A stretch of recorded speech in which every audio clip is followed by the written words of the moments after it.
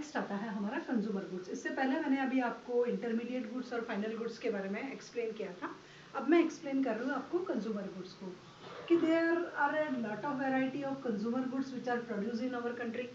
कि different types की जो वैरायटी ऑफ कमोडिटीज़ है उनका प्रोडक्शन हमारी कंट्री में होता है, और उनका मेन पर्पस होता है to satisfy the wants of human beings. कि consumer goods are those goods which are satisfy the wants of human goods और which are directly used for the purpose of consumption.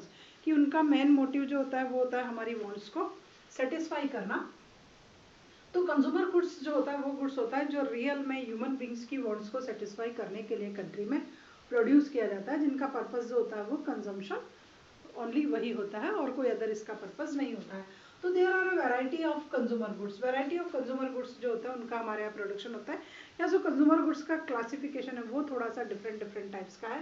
Then first are durable consumer goods. First जो category है consumer जो है, first जो category है उसकी वो है ड्यूरेबल कंज्यूमर गुड्स। तो durable consumer goods are those goods which are have life long and running for several year with you, जो आपके साथ कई सालों तक चलते हो, but you have purchased 1 or 2 times in your life and having high value।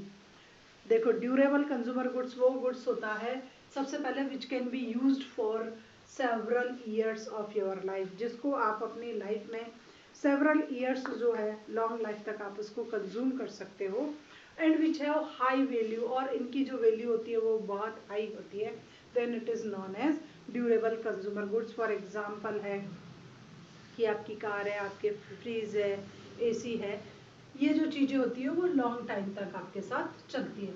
उसके बाद आता है semi durable consumer goods. Second types जो आता है वो आता है, तो ड्यूरेबल्स की जो लाइफ होती है वो 20 ईयर्स ऑलमोस्ट मानी जाती है, कि ये 20 ईयर, 15 ईयर्स, 10 ईयर्स, पहले 20 थी अब तो कम हो गई, 10 ईयर्स अगर कोई आपके साथ चल गया या 5-7 ईयर चल गया, then it is known as durable consumer goods.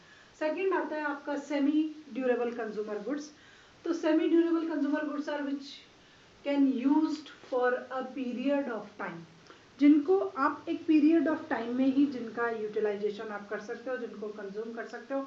इनका पर्पस भी जो है वो कंज्यूमर या ह्यूमन बींग्स की वांट्स को सेटिस्फाई करना होता है, बट हैविंगली स्लाइटली मोर वैल्यू, मतलब उससे तो लवर बट फिर भी हाई वैल्यू होती है।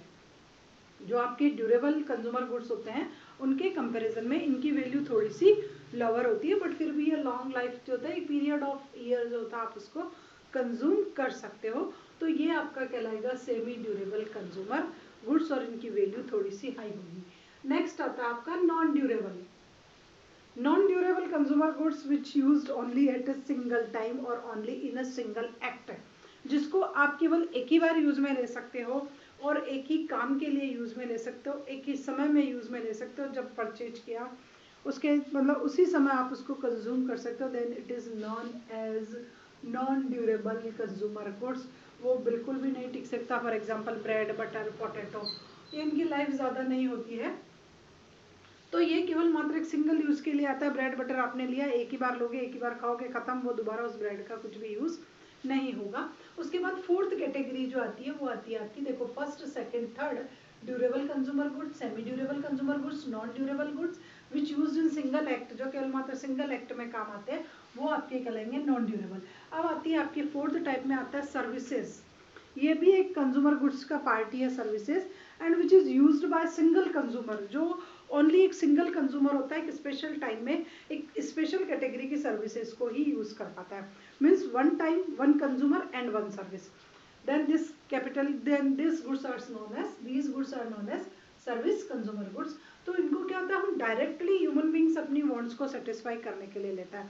फॉर एग्जांपल मैंने लॉयर, प्रोफेसर, टीचर, इनकी जो डॉक्टर, इनकी जो मैंने हेल्प ली, एक बार डॉक्टर को दिखाने जाऊंगी, एक ही बार उसकी सेवाएं ली और आ गई, तो वो सर्विसेज कहलाएगी। तो इस स्टाइल से जो होता है हम डायरेक्टली सेटिस्फाई ह्यूमन वांट्स, पर ये डायरेक्टली जो है ह्यूमन वांट्स की सेटिस्फाई कर देती है। तो ये आपके सारे जो है वो कंज्यूमर गुड्स के टाइप्स होते हैं। और कंज्यूमर गुड्स आर ओनली जो है ह्यूमन बींग्स की वांट्स को सेटिस्फाई करता है, वेलफेयर इंक्रीज करता है, और इससे कोई अदर यूटिलाइजेशन आप इससे नहीं कर सकते हो, इससे आप अदर प्रोडक्टिव एक्टिविटी को स्टार्ट नहीं कर सकते हो। ये इस स्टाइल के कंज्यूमर गुड्स होते हैं। नेक्स्ट आता है आपका सेकंड टाइप्स का जो गुड्स आता है वो कैपिटल गुड्स।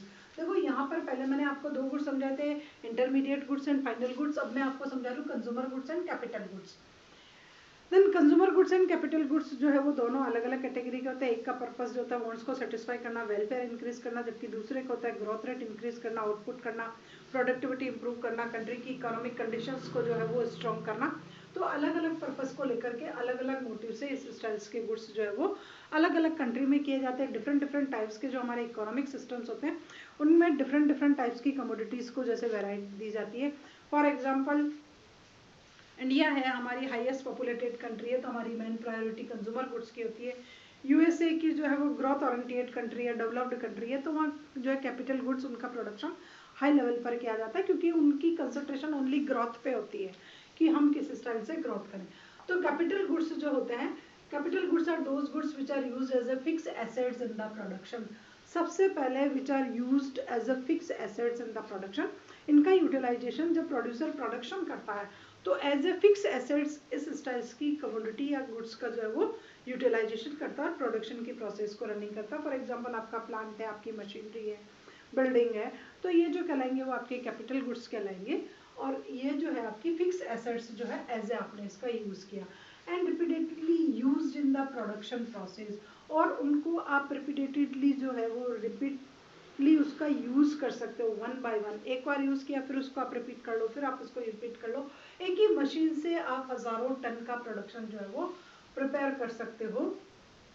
तो प्रोडक्शन की प्रोसेस में उनका आप बार बार जो है वो प्रयोग कर सकते हो फॉर सेवरल ईयर, कंटिन्यूस कई सालों तक आप उनका प्रयोग कर सकते हो। एक बार आपका प्रोडक्शन निकला, दोबारा आपका प्रोडक्शन होगा, तीसरी बार आपका प्रोडक्शन होगा, तो इस स्टाइल से आप इनको किया जा सकते हो।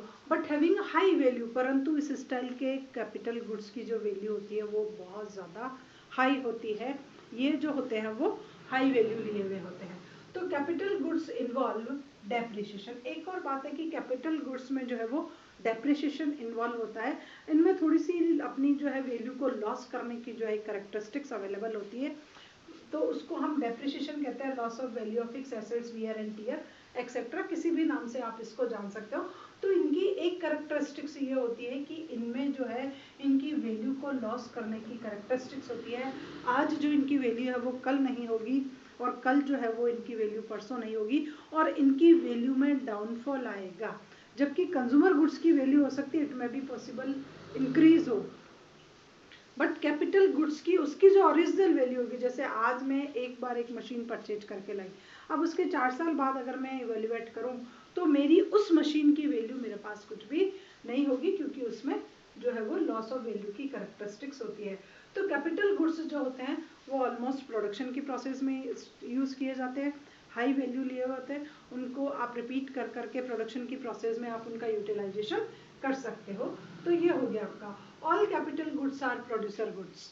अब यहाँ पर कह रहे हैं कि all capital goods are producer goods, but all जो है आपके but all producer goods are not capital goods. एक स्टेटमेंट दिया हुआ है आपके यहाँ पर कि सभी जो आपके कैपिटल गुड्स होते हैं वो प्रोड्यूसर गुड्स हो सकते हैं, बट जो प्रोड्यूसर्स गुड्स हैं which are not capital goods, ये वाली आपकी इसमें एक जो थीम है वो आपकी दी हुई है।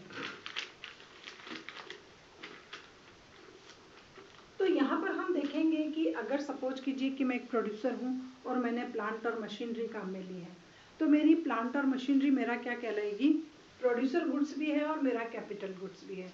बट सपोज कीजिए कि मैं एक प्रोड्यूसर हूँ, मेरे यहाँ कुछ नट बोल्ट्स हैं, कुछ वुडन जो है मेरे पास लॉग वो रखे हुए हैं, तो वो मैं एज ए इंटरमीडिएट गुड्स है, मेरे प्रोडक्शन की प्रोसेस में वो रनिंग में है, लेकिन वो मेरे लिए कैपिटल गुड्स नहीं हो सकते हैं।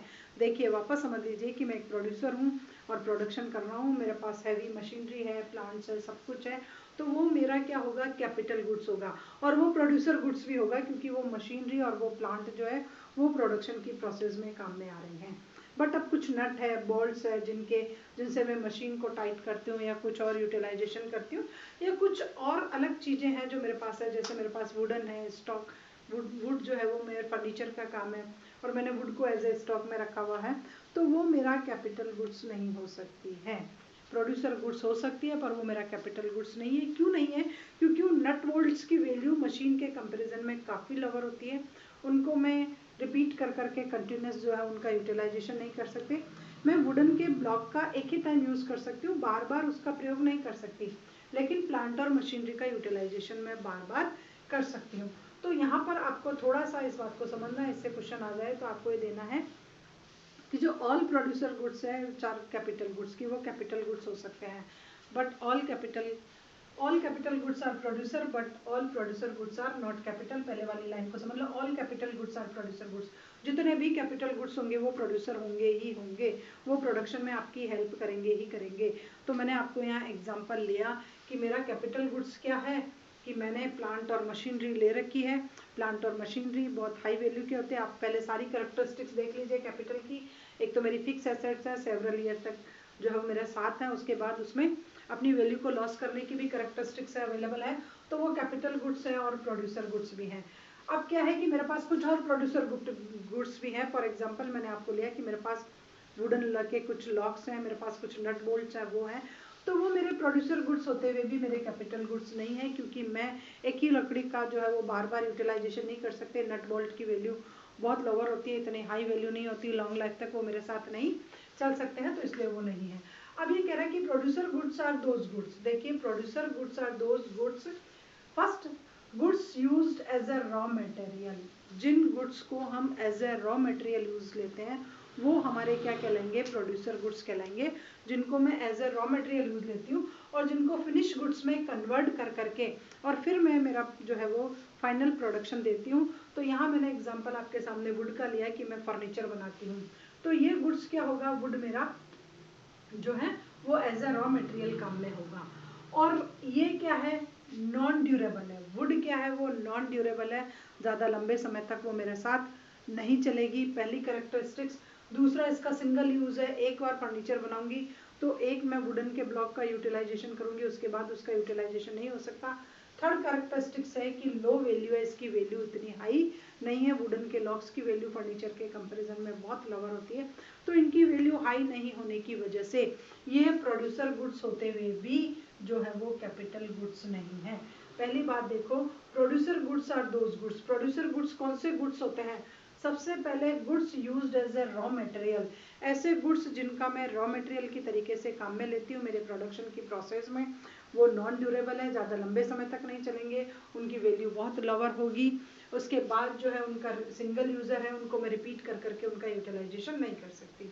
अब ये कह रहा है कि अब आपके जो है वो कैपिटल गुड्स कौन से हैं। Capital goods are used as a fix assets. Capital goods कौन से होते हैं, capital goods are those goods which used as a fix asset in the process of production. जिनको प्रोड्यूसर प्रोडक्शन की प्रोसेस में एज अ फिक्स एसेट जिनका utilization करता है वो कहलाते हैं। तो इनको हम रिपीटेडली जो है वो यूज़ कर सकते हैं हमारी प्रोडक्शन की प्रोसेस में। उनको हम बार बार उसी मशीन से हम हज़ारों टन का जो है वो प्रोडक्शन इंक्रीज कर सकते हैं, तो इनका यूटिलाइजेशन बार बार हो सकता है और ये ड्यूरेबल है, लॉन्ग लाइफ तक आपके साथ चलेंगे, सेवरल ईयर्स तक चलेंगे एंड इनकी हैविंग हाई वैल्यू और उनकी वैल्यू हाई होगी। तो यहाँ पर ये जो गुड्स हैं वो आपके प्रोड्यूसर्स भी हैं और कैपिटल गुड्स भी हैं, बट ये कैपिटल आपके प्रोड्यूसर गुड्स तो हैं परंतु ये आपका कैपिटल गुड्स नहीं हो सकता है। कैपिटल गुड्स क्यों नहीं हो सकता, तो ये तीन कैरेक्टरिस्टिक्स है कि नॉट ड्यूरेबल है, सिंगल यूजर है और लोअर वैल्यू है। इस वजह से ये गुड्स प्रोड्यूसर गुड्स होते हुए भी जो है वो आपका नहीं हो सकता। तो ये आपकी उस कमोडिटी की या उस गुड्स की कैरेक्टरिस्टिक्स पे डिपेंड करेगी कि वो प्रोड्यूसर होते हुए भी कैपिटल गुड्स में इंक्लूड नहीं किया जा रहा है। Then what is the difference between the consumption goods and capital goods. अब आपके इन कंज्यूमर गुड्स और कैपिटल गुड्स में क्या डिफरेंस है, दोनों गुड्स को आपने देख लिया। अब what is the difference between them, तो सबसे पहले consumption goods satisfy directly the wants of consumer. Consumer जो कंजम्पशन जो गुड्स होते हैं वो डायरेक्टली कंज्यूमर की वांट्स को सेटिस्फाई करने की एक बेसिक कैरेक्टरिस्टिक्स को रखते हैं कि उनको कंज्यूम करते ही आपकी वांट्स सेटिस्फाई हो जाएगी। But capital goods do not having any types of characteristics to satisfy the human wants. परंतु कैपिटल गुड्स में ऐसी कोई कैरेक्टरिस्टिक्स नहीं होती है कि वो ह्यूमन बींग्स की वांट्स को जो है वो डायरेक्टली सेटिस्फाई कर सकते हैं। वो कैपिटल गुड्स जो होते हैं वो कंज्यूमर की वांट्स को सेटिस्फाई नहीं कर सकते हैं। सेकंड होते हैं consumed by the house hold. Almost इनका जो कंजम्पशन होता है कंज्यूमर गुड्स का वो हाउस होल्ड का होता है, for the purpose of consumption, household इसको कंजम्पशन करता है। और जबकि capital goods is used for the producer. सबसे पहले कंज्यूमर गुड्स का यूटिलाइजेशन किसके थ्रू होता है? कंज्यूमर के थ्रू, फॉर कंजम्पशन। जबकि कैपिटल गुड्स का जो यूटिलाइजेशन होता है वो for producer and by production, sorry by producer for production. तो कैपिटल गुड्स का जो यूटिलाइजेशन होगा वो प्रोड्यूसर के थ्रू होगा और for the purpose of production, उसका केवल मेन मोटिव होगा उससे प्रोडक्शंस करना। उसके बाद होता है कि कंजम्पशन एक्सपेंडिचर के नाम से जाना जाता है। इस पे जो आप टोटल एक्सपेंडिचर करोगे कंज्यूमर गुड्स पे, जो भी आपने टोटल एक्सपेंडिचर किया, it is known as consumption expenditure and consumer expenditure. उसको हम आपकी जो नेशनल इनकम होती है उसमें Y=C, तो ये C जो होगा वो आपका जो है वो कंज्यूमर एक्सपेंडिचर होगा। तो ये आपका कंजम्पशन एक्सपेंडिचर कहलाता है। And on the expenditure of capital goods is known as investment expenditure. अगर किसी प्रोड्यूसर के थ्रू कैपिटल गुड्स पर किसी स्टाइल का एक्सपेंडिचर किया जाता है then it is known as investment expenditure. उसको हम इन्वेस्टमेंट एक्सपेंडिचर जो होते हैं एटलीस्ट उसके नाम से जानते हैं। तो समझ में आ गया, ये हाउस होल्ड के थ्रू किया जाता है, वॉन्ट्स को डायरेक्टली सेटिस्फाई किया जाता है, कंज्यूमर एक्सपेंडिचर कहते हैं। सबसे पहले do not satisfy any types of wants of human beings. Directly तो कोई सेटिस्फाई नहीं करता, इनडायरेक्ट में कर सकता है, डायरेक्टली सेटिस्फाई नहीं करता है। उसके बाद इसका यूटिलाइजेशन प्रोड्यूसर के थ्रू किया जाता है। इसका पर्पस होता है प्रोडक्शन की प्रोसेस में हेल्प करना। और ये जो है इस पे जो इन्वेस्टमेंट किया जाए, इस पे जो हम एक्सपेंडिचर करेंगे it is known as investment expenditure, उसको हम इन्वेस्टमेंट एक्सपेंडिचर का नाम कहते हैं। उसके बाद है कि ये जो है हायर प्रोडक्शन लीड, अगर किसी कंट्री में कंज्यूमर गुड्स का जो हायर प्रोडक्शन होता है then it is lead to higher welfare. Higher welfare को शो कर,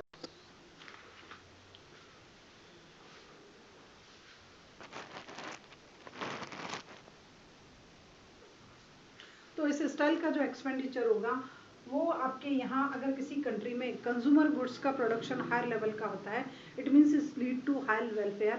ये शो किया जाता है कि उस कंट्री में जो पब्लिक का वेलफेयर है वो हायर लेवल है एंड पब्लिक की जो लाइफ स्टाइल की जो क्वालिटी है वो काफ़ी इम्प्रूवड है, क्योंकि वैरायटी ऑफ कमोडिटीज़ जो है उनको कंजम्पशन के लिए अवेलेबल हो जाती है। तो यहाँ पर अगर इनका प्रोडक्शन हाई होता है तो हम मानेंगे कि उस कंट्री की पॉपुलेशन को वैरायटी ऑफ कमोडिटीज़ जो है वो कंजम्पशन के लिए अवेलेबल हो रही है, तो वो अपने लिविंग स्टैंडर्ड को एटलीस्ट मेंटेन कर सकती है। And higher productions of this lead to the backbone of economy. अगर किसी कंट्री में इन्वेस्टमेंट एक्सपेंडिचर हाई है it means it is the backbone of economy, ये हम उस इकोनॉमी का बैकबोन है। और इस स्टाइल के एक्सपेंडिचर से शो करते हैं कि उस कंट्री की ग्रोथ रेट हाई होगी, जीडीपी जो है उस कंट्री की जो है हाई होगी। तो यहाँ पर this is the difference between consumption expenditure and capital expenditure. इन दोनों एक्सपेंडिचर के बीच में जो है ये डिफरेंस रहता है। अब आता है कंजम्पशन एक्सपेंडिचर्स के कंपोनेंट्स की रियल में हम कंजम्पशन एक्सपेंडिचर में किस किस को इंक्लूड करते हैं, तो ये आपका कहलाया जाता है। सबसे पहले मैं आपका इसका जो पार्ट है सी एटलीस्ट उसको ले रही हूँ कि कंजम्पशन एक्सपेंडिचर मीन्स क्या होता है। देन कंजम्पशन एक्सपेंडिचर जो होता है वो हमारा एक एग्रीगेट है। किसी भी इकोनॉमिक में टोटल जो कंजम्पशन की फील्ड में जो एक्सपेंडिचर किया जाता है उसका एक एग्रीगेट पार्ट जो होता है उसकी जो सम होती है it is known as consumption expenditure. उसको हम कंज्यूमर एक्सपेंडिचर या कंजम्पशन एक्सपेंडिचर कहते हैं। ऑलमोस्ट किसी भी इकोनॉमिक में जो ये कंज्यूमर एक्सपेंडिचर किया जाता है वो 3 टाइप्स की जो पार्टीज होती है एटलीस्ट उनके थ्रू किया जाता है। किसी भी इकोनॉमी में कंजम्पशन एक्सपेंडिचर के लिए सबसे पहला जो बेस होता है वो होता है कंज्यूमर। सबसे फर्स्ट जो करेगा वो करेगा कंज्यूमर होगा, उस कंट्री की जो है पब्लिक वो होगी और या उसको हम हाउस होल्ड के नाम से जान सकते हैं। तो सबसे पहला जो कंजम्पशन एक्सपेंडिचर किया जाएगा it is from house hold, society, country, populations, और इसका जो मेन पर्पस होगा वो होगा टू सेटिस्फाई देयर वांट्स। उसके बाद सेकंड जो एक्सपेंडिचर किया जाता है by the authority of central government के थ्रू जो है वो कंजम्पशन की फील्ड में एक्सपेंडिचर किया जाता है। गवर्नमेंट का जो मेन मोटिव होता है वो होता है कि डिफरेंट टाइप्स की जो फोर्सेज होती है, राशनिंग सिस्टम्स होता है, डिस्ट्रीब्यूशंस के लिए जो चाहिए, मिड डे मील के लिए चाहिए, तो गवर्नमेंट इस स्टाइल का कंजम्पशन एक्सपेंडिचर डिस्ट्रीब्यूशन के लिए करती है कि डिस्ट्रीब्यूशंस के लिए इस स्टाइल्स की कमोडिटीज़ जो है गवर्नमेंट को सप्लाई करनी पड़ती है वेलफेयर को मेंटेन करने के लिए, तो गवर्नमेंट के थ्रू भी किया जाता है। सेकंड थर्ड जो इसका एक्सपेंडिचर किया जाता है वो किया जाता है हमारा जितना भी हमारा प्राइवेट इंस्टीट्यूशंस होती है, नॉन प्रॉफिट,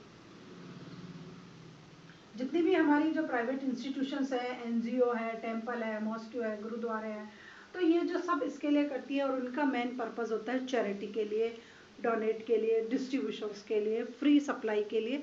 तो ये जो होता है 3 टाइप्स के होते हैं। कंजम्पशन एक्सपेंडिचर के जो कंपोनेंट्स होते हैं उसमें सबसे पहले हाउस होल्ड का पार्ट सबसे ज़्यादा होता है, उसके बाद गवर्नमेंट का होता है, उसके बाद हमारी जितनी भी जो प्राइवेट इंस्टीट्यूशंस होती है, नॉन प्रॉफिट प्राइवेट इंस्टीट्यूशंस इसमें मैंने इंक्लूड किया गया, प्राइवेट टोटल नहीं होता है, नॉन प्रॉफिट प्राइवेट इंस्टीट्यूशंस जिनका मेन पर्पस जो होता है वो वेलफेयर का होता है, सर्विस का होता है, चैरिटी के लिए जो है ये इंस्टीट्यूशंस इस स्टाइल का काम करती है। तो ये इंस्टीट्यूशंस जो इसकी सप्लाई करती है, तो इन सब का जो एग्रीगेट होगा it is known as consumption expenditure, तो उसको हम कंजम्पशन एक्सपेंडिचर के नाम से जानेंगे। अब सबसे फर्स्ट है कि हम हाउस होल्ड किस लिए करता है। हाउस होल्ड का जो मेन पर्पस होगा वो होगा satisfy it's wants. House hold के थ्रू जो कंजम्पशन एक्सपेंडिचर किया जाएगा, देखो तीनों के पर्पस बिल्कुल अलग अलग है। हाउस होल्ड के थ्रू किया जाएगा वो सेटिस्फाई देयर वांट्स, अपने लिविंग स्टैंडर्ड को मेंटेन करने के लिए, अपनी नीड्स को फुलफिल करने के लिए, अपनी लाइफ को जो है वो सर्वाइव करने के लिए हाउस होल्ड के थ्रू किया जाएगा। गवर्नमेंट का जो पर्पस होता है वो होता है डिस्ट्रीब्यूशंस।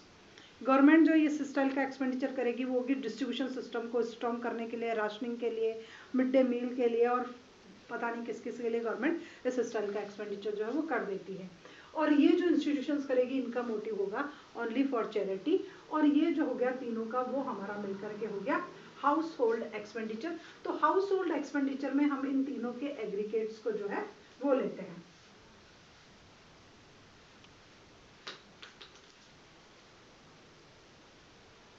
उसके बाद हमारा आता है कंपोनेंट्स ऑफ इन्वेस्टमेंट। देखो मैंने आपको यहाँ बताया कि y = C+I, तो सी में मैंने आपको बता दिया 3 पार्ट होते हैं वो इसका एक्सपेंडिचर करते हैं, गवर्नमेंट, हाउस होल्ड और ये। उसके बाद आता है हमारा इन्वेस्टमेंट का। इन्वेस्टमेंट के कंपोनेंट्स में हम क्या लेते हैं, इसको आई से डिनोटेट करते हैं, increase in the stock of capital. Investment का मतलब होता है increase in the stock of capital, कि कंट्री में जो है वो कैपिटल का स्टॉक जो है वो इंक्रीज हो गया हो तो इसको इसके नाम से जानते हैं। और I = चेंज इन के, ये भी इसका एक फॉर्मूला है। तो चेंज इन के मीन्स कैपिटल फॉर मटेरियल, कि जो भी कंट्री में जो है कैपिटल में जो चेंजेस होते हैं एटलीस्ट उसको इस नाम से जाना जाता है। तो सेकंड जो होगा वो इन्वेस्टमेंट एक्सपेंडिचर होगा। इन्वेस्टमेंट एक्सपेंडिचर भी बहुत पब्लिक एंड प्राइवेट सेक्टर्स के थ्रू किया जाता है। ओनली इन्वेस्टमेंट एक्सपेंडिचर का एक ही टारगेट्स होता है कि ये प्रोडक्शन की प्रोसेस में हेल्प करते हैं। गवर्नमेंट भी जो है इन्वेस्टमेंट एक्सपेंडिचर करती है और प्राइवेट सेक्टर के थ्रू भी किया जाता है। गवर्नमेंट अपनी इंडस्ट्री के लिए, अपने सेक्टर के लिए अलग अलग टाइप्स की जो होती है वो इन्वेस्टमेंट एक्सपेंडिचर करती है, और पब्लिक प्राइवेट सेक्टर्स जो होता है वो अपनी इंडस्ट्री के लिए, अपने उसके लिए प्लांट और मशीनरी इन सभी में इस स्टाइल का एक्सपेंडिचर करता है।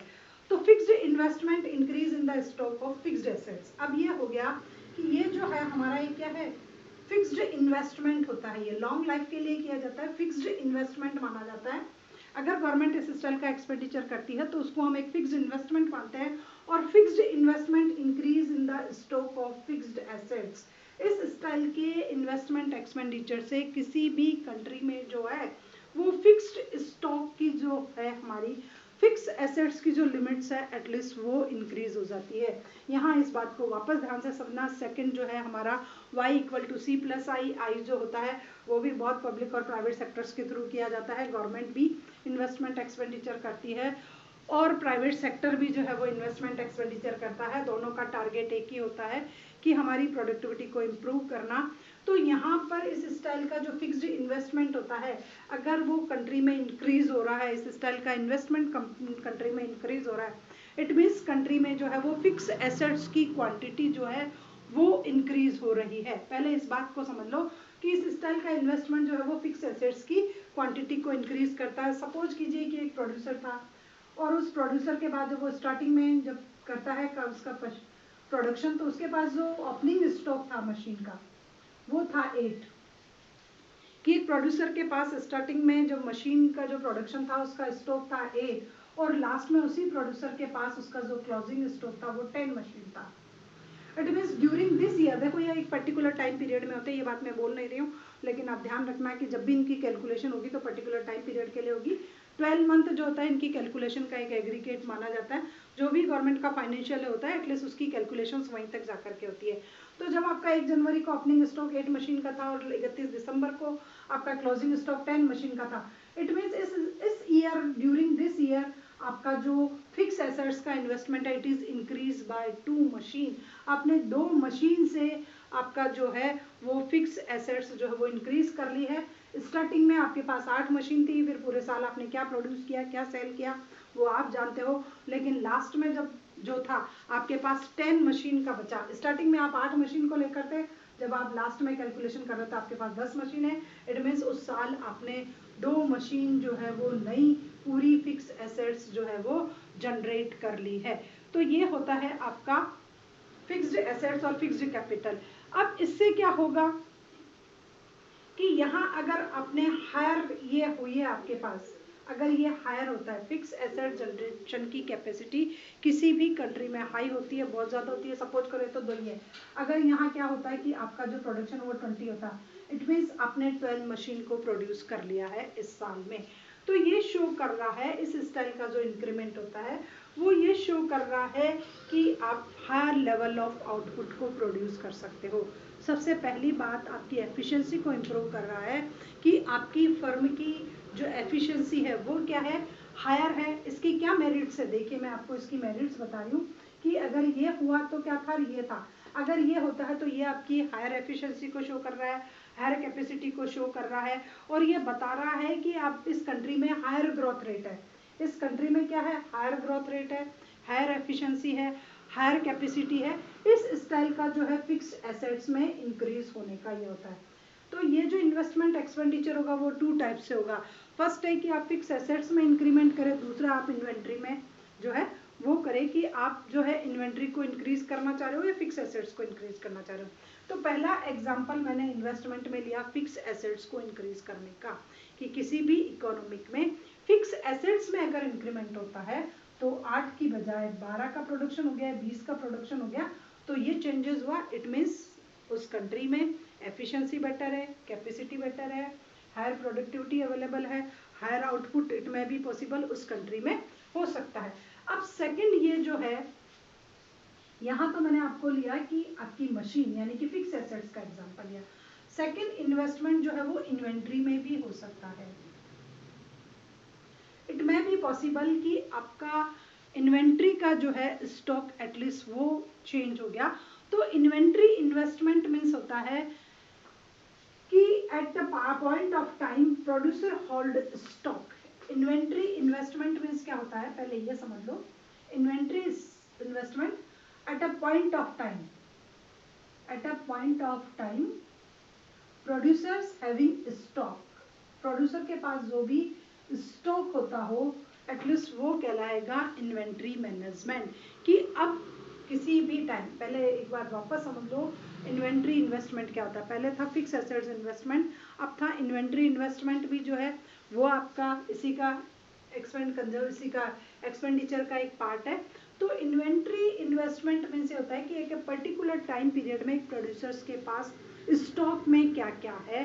तो स्टॉक जो होता है वो डिफरेंट डिफरेंट टाइप्स का होता है। फर्स्ट इट में भी पॉसिबल कि आपके पास जो स्टॉक हो वो आपका फिनिश गुड्स का हो, किसका हो, फिनिश गुड्स का हो। बट ये फिनिश गुड्स क्या है, अनसोल्ड है, अभी आपने इसको बेचा नहीं है। देखो किसी भी कंट्री में फिनिश गुड्स का भी हो सकता है, वो अनसोल्ड है, आपके पास उसका स्टॉक है। दूसरा है आपका सेमी फिनिश गुड्स का, कि अभी कहीं ना कहीं उसमें कुछ बाकी है, तो सेमी फिनिश गुड्स का भी स्टॉक जो है वो आपके इन्वेंट्री में कहलाएगा। और थर्ड होता है रॉ मटेरियल। थर्ड आपके पास क्या हो सकता है, रॉ मटेरियल हो सकता है। तो आपका जो इन्वेस्टमेंट होगा फिक्स एसेट्स में था तो बहुत अच्छी बात थी, अच्छा है, पॉजिटिविटी लिए हुए है। लेकिन इन्वेंट्री में कहीं अच्छा है और कहीं बेकार है। देखिए इन्वेंट्री इन्वेस्टमेंट में आपके पास at a point of time में जो भी स्टॉक है it is known as inventory investment. अब आपके पास जो स्टॉक हुआ, मैंने आपको बताया पहली बात, इट में भी पॉसिबल कि वो फिनिश गुड्स का था। फिनिश गुड्स मतलब बिल्कुल तैयार है, अनसोल्ड है। लेकिन देखिए इसकी भी कैरेक्टरिस्टिक्स क्या है कि अच्छा है, आपके पास ऐसा स्टॉक है, आप अपॉर्चुनिटी को गेन कर सकते हो, आप अपने डिमांड को फुलफिल कर सकते हो। पहला इसका पॉजिटिव बात बता रही हूँ, अगर ऐसा स्टॉक आपके पास है तो इट मे बी पॉसिबल कि आप किसी अपॉर्चुनिटी को गेन कर सको, किसी जो अगर आपके पास आ जाए हैंड टू हैंड कोई कॉन्ट्रैक्ट आ जाए तो आप उसको फुलफिल कर सकते हो। एकदम अगर सडनली डिमांड इंक्रीज हो जाए तो आप उस डिमांड को फुलफिल कर सकते हो। लेकिन सेमी फिनिश गुड्स का स्टॉक अगर ज़्यादा है किसी भी कंपनी उसके पास, फर्म के पास, तो ये थोड़ा सा आपके लिए जो है वो नुकसानदायक हो सकता है, हार्मफुल हो सकता है, नॉट बेनिफिशियल हो सकता है। ये हो सकता है क्योंकि सेमी फिनिश गुड्स क्या है कि वो वर्क इन प्रोसेस में चल रहा है, अभी अटका हुआ है, ना तो उधर का है ना इधर का है, आपने सब कुछ उसमें इन्वेस्टमेंट कर दिया अपने सारे रिसोर्सेज, और अगर ये हाई अमाउंट में है इट मीन्स ये आपकी प्रॉफिट जनरेट करने की कैपेसिटी को थोड़ा सा लोअर कर रहा है। तो किसी भी फर्म में या इंडस्ट्री में इस स्टाइल का जो भी प्रोडक्टिव एक्टिविटी है वहाँ पर इस स्टाइल का स्टॉक जो है वो हाई अमाउंट में नहीं होना चाहिए, सेमी फिनिश गुड्स। उसके बाद आता है रॉ मटेरियल। रॉ मटेरियल अगर आपके पास हाई अमाउंट में है तो इसका ये है, एक बेनिफिट ये होता है कि आपको बार बार ऑर्डर नहीं देना पड़ता है, और अगेन एंड अगेन ऑर्डर देने से आपकी जो कॉस्ट होती है वो थोड़ी सी हाई हो जाती है। दूसरा, अगर रॉ मटेरियल में किसी स्टाइल्स का कोई अप्स एंड डाउन्स आ जाए, फ्लक्चुएशन आ जाए, रॉ मटेरियल अवेलेबल नहीं हो, तो आप सेफ पॉइंट पे हो कि एटलीस्ट आपके पास रॉ मटेरियल है, तो आपकी प्रोडक्शन की प्रोसेस अभी रुकेगी नहीं, आप कंटिन्यूस उसको प्रोड्यूस कर पाओगे।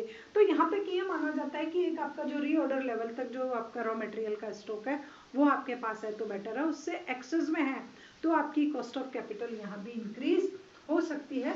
तो इनमें जो स्टॉक इस स्टाइल का जो इन्वेस्टमेंट है वो ना तो ज़्यादा होना चाहिए और ना कम होना चाहिए। अगर एक्सेस में हो गया इस स्टाइल का इन्वेस्टमेंट तो क्या होगा, आपकी कैपिटल की कॉस्ट हाई हो जाएगी, और अगर इस स्टाइल का इन्वेस्टमेंट आपका कम हुआ तो आप किसी अपॉर्चुनिटी को गेन नहीं कर पाओगे।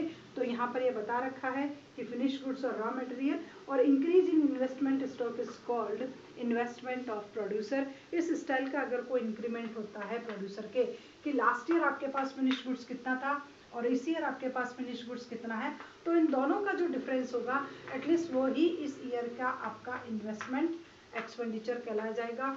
यहाँ आप सेमी जो है फिनिश गुड्स उसका डिफरेंस निकाल सकते हो, और रॉ मटेरियल का जो भी है आप एक पर्टिकुलर पॉइंट ऑफ टाइम या डेट ऑफ टाइम से आप अपना इस साल का डिफरेंस निकाल करके इनकी कैलकुलेशन कर सकते हो। तो this is all about consumer and capital goods.